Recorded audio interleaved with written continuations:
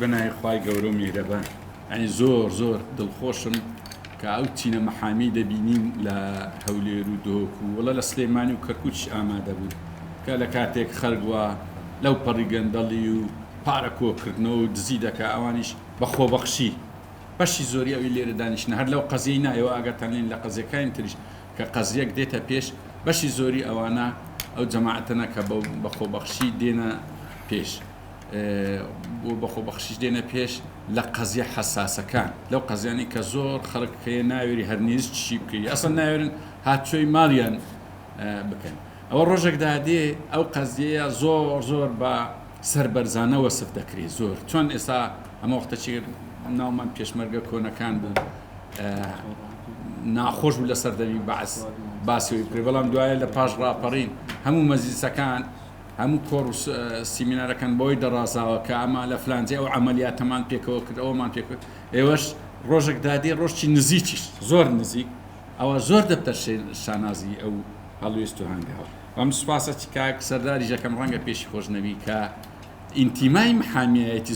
زۆر زاڵە بەسە ئینتیمای سیاسیکە ئینتیمای سیاسەکەی ڕەنگە لێ پێگەچی بە قووەت و سەرکردایەتی هەبی وازی لێ نەینا هەتا ئەو مەیدانێکی هەڵبژاردێکە تاڕادەیەک سەخت و ناخۆشە لەگەر ئێوە پێکەوە پارێزگاری لە بوویتە پارێزەری قەزیە حەقەکان و پارێزەری قەزیە سیاسیەکە سێ-چوار خاڵ هەیە لە لای خۆم ئەوەی کە عیلاقەی بم هەیە باس دەکەم شتێک لەسەر سەرنجامی هەڵبژاردنەکان باز دەکەم شتێک لەسەر کشاردنەوەی ئەمریکا چارەنووسی هەرێم لە دوای ئەوەی ڕەنگە 6-7 دقەشی دەبات دکتۆر سال باش ئەوەندەیان یان پێت زۆر ئەوەندەش هەڵبژاردن وا بەڕێوە دەچی هەمومان ئەو جارە دەیبینین زۆر سارد و سوڕە بەڕای منەوە بڕیاری میلەتە کە بێئومێدە هەست دەکا نوێنەرێکی ڕاستەقینەی لە ساحەی نییە لەبەر هەندێ سارد و سوڕە ئەگەر ببینن چەند جارەکە گەرم دەبوو نوێنەری ڕاستەقینەوی لە مەیدان بوو ئەو سارد و سوڕە وازح دێرە ئەوجا هەر ناوەچی کە لێ درێن مەدەنیە یان نازانتی نەخێر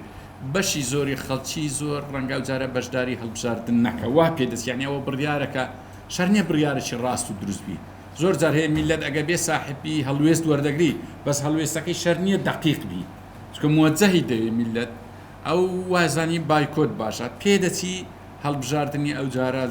بەشدارێکی لە 1970 کەمتر بی هۆیەکانیشی ئەوەیە معارەزە زۆر خراپ پاشەکشەی کردیان لایەنە ئیسلامیەکان وەکو پێویست لە ساحەی نینە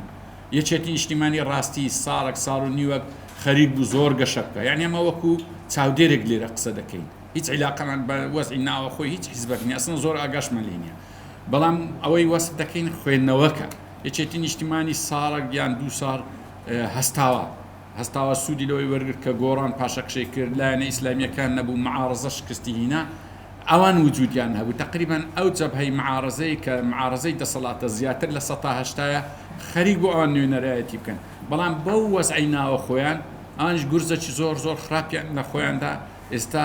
یەکێتی نیشتیمانی ئەگەر پشت وەلەو ئەگەر لێمان قبول بکەن یعنیەوە تەوەقعاتە ئەگەر پشت بە تەزویر و شتوانە بەسرێ جارە دەنجی ئەوانیش زۆر کەمدی بەڵام پرسیارەکە ئەوەیە ئەدی چێ دەنجی زۆر زیاد دەکە ینی باش ئەوە دامانە پارتی دیموکرات کوردستان لەو مووقعی نییە دەن زۆر بینی ئیسلامیەکان هەروە بۆ شێوە گۆڕان پاشەکشەی کردیان یەکێتی وای لە خۆ کرد یعنی ڕەنگە نەوەی نوێ نۆبەتی هاتی بەڵام نەوەی نوێش بەڕاستی وەکوری سیاسەتەکەی سیاسەتەکی زۆر ساویلکەی ئەگەر پیان ناخۆش نەبێ ئەنی ئەگەر ڕخنانە قبول بکەن دەنا بە حقیقەت نۆبەتی ئەوان ڕەنگە دەنگەشکەش بین ئەجارە بەڵام ئەوە ئاخر دەنگە ینی لەوەی زیاتر دەنگ نایەوە ئەگەر دەنجیش برین 7 کورسی یان 8 کورسی بین هەر ئەوەندەیە ینی مەگزیمامەکە دویسان مەجای ئەوەی هەیە حیزبە دەسەڵاتدارەکان یان هەڵسوکەوتی سەرکردایەتی نەوەی نوێ خۆی وا دەکە دیسان ئەوانیان یان لیان بکڕن و بیان بەنیان بڕۆنکەواتە ئومێدەکی وا بەو هەڵبژاردنەی نییە کار و کاریگەریەکی زۆریەبی ئەوە معنایەوە نییە ئەمە دژیانی نەخێر ئەمە هەر سنگاندنەکی سەراحەتە یعنی بۆی سوودی لێ وەرگرن پرسی دووە پرسی کشانەوەی ئەمریکایە ئەمە و مۆزوعانە لە بۆ هەندێ بازەکەین تا ڕادێش زۆر عیلاقی بە هەموو هاوڵاتێکەیە و نزیکشە لەو قەزیە و دۆسیەی ئەو برادرانەی کە گیراون چکە ئەو قەزیێکی زۆر سیاسیە قەزێکی قانونی نییە ئەوەی ئەو برادرانی کە گیراون قەزیە ڕەئیە لەبەرەندێ کاوانە بازەکەین زۆر عیلاقی بۆ مۆزوعانش هەیە کشانەوەی ئەمریکا بەو شێوەی کە خەڵک دەرێ بەڕێی من ئەو کاریگەریە مەترسیدارەی نییە لەسەر هەرێمی کوردستان برێ هەرێمی کوردستان دەکەوتە خەتەریات و ڕاستەوخۆ ڕۆژی دوای عێراق و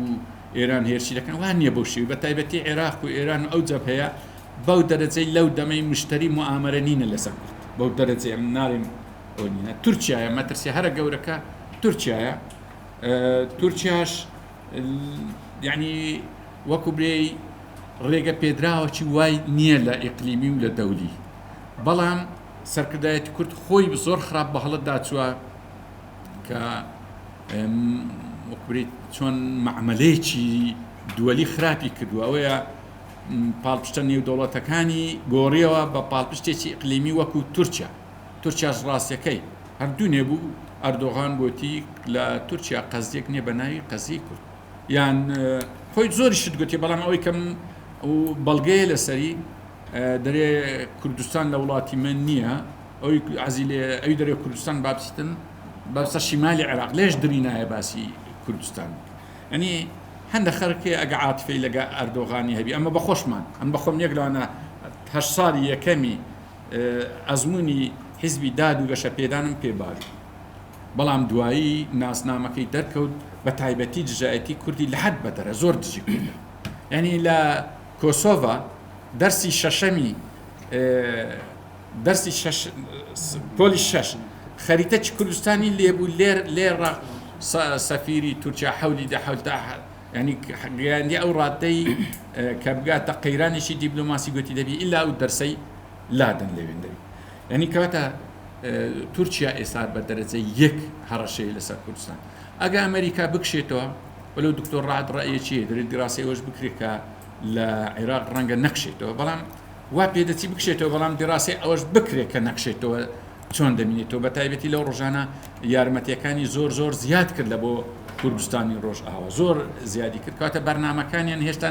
لە ڕۆژهەڵاتی ناوەڕاست زۆر حاسم نییە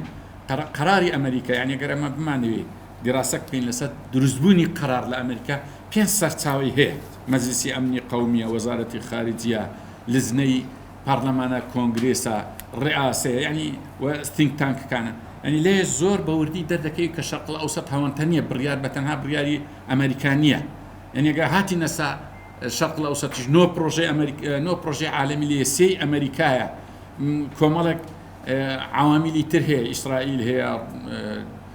سعودیە و خەلیج هەیە تورکیا هەیە ئێران هەیە هەرێمی کوردستانی شتەکە لەو معادلان دەبەر هەندێک ئەو کاریگەریە زۆرەی نابی ئەمە ئەوکە کورتە دەنا مانتوقەکەیە ئەگەر باسی بکەین یعنی هەر وڵاتێک بێوێ لە ستراتیجیەتی وڵاتان بگات دەبی ست لە چی هەبی مانتوقەکەیە داخلی بکە بابرین کۆی گشتی جموجۆڵی ئەو دەوڵەتە بەرامبەر ئەو وڵاتە ئەرێ چیە بە خەتونی وەک دوو خەت بۆ نمونەمە تورکیا ئەرێ بە خەتونی وەک دوو خەت لە سج لە چی سڕی دەبی لە کوردستان هەبی داخل کراوی ئەوە لە کۆتاییدا چی پێدەوی گوترێ وەکو برێەوە پێی دەگوترێ مانتوقی سیاسەتی دەرەوەی یان مانتوقی ئەمنی قەومی تورکیا بەرامبەر هەرێمی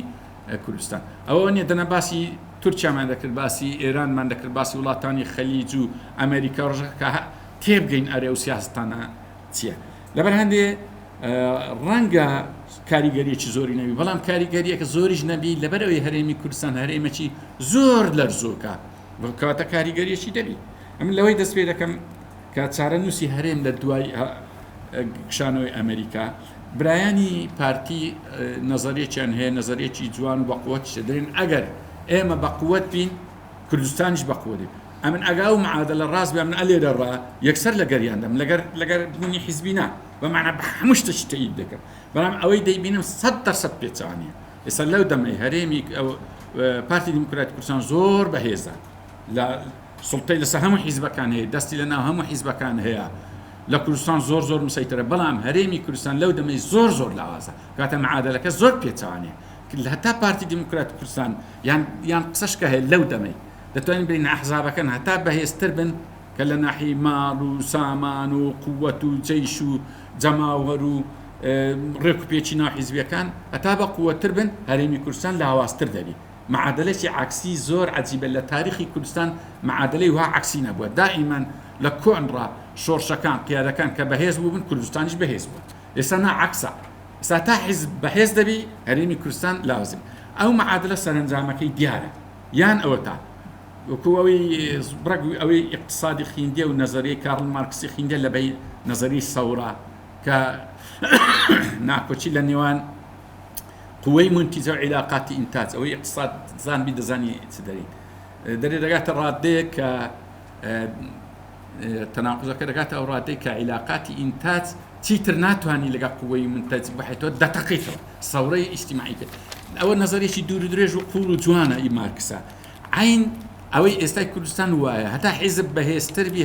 هەرێمیش لاوازتر بی وەکو علاقات چکە هەرێم ڕەنگە تەحملی نەکە یان دەتەقیتەوە لە ناو یان شتەشکە ڕوویدا یان ناچارە ئەو پێگەی هەرێم کە فیدرالیە و علاقاتی دووەلی بەقوتە دەبی لاوازی بکەوە چۆن بڕیار دەدەی جاروێ دیناری عێراقی تەخفیزکە یان تومەنی تەخفیزەکەی لە بۆ هەندێک ئینسیجامی نقود دەبی هەرێمی کوردستان بەخۆی سەرکردایەت کورد بەخۆی دەبی هەرێمی کوردستان وەکو برێ پێگە قانونیەکەی علاقاتی لەگەر دووەلی علاقاتی لەگە عێراق لاوازکە لەبەر هەتا لەگەر پێگە لاوازەکەی بگونجێ نازم معادلەکە واضحەیان کاتە لە دوای کشانەوەی ئەمریکا بەرەبەرە هەرێمی کوردستان بەرەو بە حکمی ذاتی بوون زیاتر دەچی فقرەی ئەخیرم ئەوەیە ئەدی ئەمە چی بکەین ڕاستی ئێمە دزانی چمان لە سشانیە ئەنگۆ کۆمەڕێک مەحامی گەورە لێرە ئیشی واتان کردیە لەو مەجالەی دەرچوینە ئەنگۆ وەکو خەڵکتر بترسێن لە قسان با هەندە قسەی سەراحەت بکەین دەزانی دەسەڵاتی کوردی هیچ حکمەتەکی مانەوەی نمایە لە هیچ ڕوویەکەوە ئەوەی یعنی مانەوەی بابرین بەقایی بەڕاستی زۆر زعیفە زۆر لە ڕووی اقتصادی لە ڕووی سیاسی لە ڕووی ئیداری لە هەموو ڕۆکان هەتا لە عیلاقاتی دووەلیش ئەنی ئێستا ئەمریکا و ڕۆژئاوا سیاسەتی دووەلی بابرین بەگشتێگە تعریفە بکەین ئەوەیە لە پێش ڕێفراندۆم پاراستنی هەرێم و دەسەڵات بوو بەس لە دوای ڕیفراندۆم بەس پاراستنی هەرێمی مایەسەن سیاسی دەولی وایە حەقی لەسەر دەسەڵات نمایە کەیف خۆتە چ دەکەی و چ ناکەی لە ناوخۆی ئەو گۆڕانکاریەکی میهمە ئەگەر جوان لی تێ بکەین بۆیە ئەمە دەزانیت چ لەسەر ئەمە واجبە ئەمە ڕەنگە کەسمان حەزمان لەوەی نەبی خوێن ڕشتن و سەورە و تێکدانی هەرێم کەسمان حەزمان لێنیان وەلو وەختێکی داهاتبی وەلو حەقیش بی ئەو مۆزوع هەموو حەزمان لێ زۆر بە ئاسانی و وەکوبری بە ئاشتی یعنی حەقێ ئەو دەسەڵاتەس بیر لەوەی بکاتەوە کە ئەوە 30 ساڵە حکم دەکات هەتا ئێستا یەک ئینجازی نیە لەو کوردستانی یعنی کەوە دەرێن ئەوە بە مطلقی قسەی دەکەین دەزانین ئەکادیمیش چەند ڕچی لە قسەی مطلقی دەبێتەوە یعنی هەر شتێکی دەرێن کە ئەوە ئینجازە کە سەرەکەی لا دەدەی دەبینی ماروێرانیە لە بۆ کورد یعنی تازە جەماعەتێکی مهندس لە مارێمە بوون و قسەی ئەویان دەکرد ئەتوەرە ئەو هەموو بینایەنەت دەکرێت حتا نێلی هەلی کار لە بۆ کوردیش بی هەمووی لە چۆن بابرین ئیشەکان لە بۆ خەڵکی تایبەتە هەڵی کارەکەش یان لە تورکیای دەینیان لە ئێران دەینیان لە لەولای دەینیانی ئەم کەس نەدیتێ لێرە لە هەولێری ئێستا بە تایبەتی باباسییان لێ بکەیت نا کۆنتراتچێک بەشدارە نە مهندسێک بەشدارە نە عەمەلێک بەشداری ئەو هەموو ئیش و کارە گەورانێ هەمووی لە جیان هاتیە بۆ ئێمە دەزانین دەبی چ بکەین دەبی بە کورتەکەی ئێمە چیترن بە ناوی یەک ڕێزی بە ناوی نیشتیمان پەروەری لەگە ئەهلی گەندەڵکار یەک ڕێزی و نازان چی ئەوانە قبوڵ نەکەین کاکە ئەتوو کەشتی خۆت لە بۆ خۆت چکەن ئەما وڵاست خاوەنی یەک کەشتینە ئەگا و کەشتێک کوندی هەممان دەخنچیت هیچ شتی وانە کەشتی تو جودایە تەبەقاک لە 15 خەڵکی کوردستان پێک دەینین هەموو ماڵ و سامانی کوردی بردیا تقریبا 180 تا 90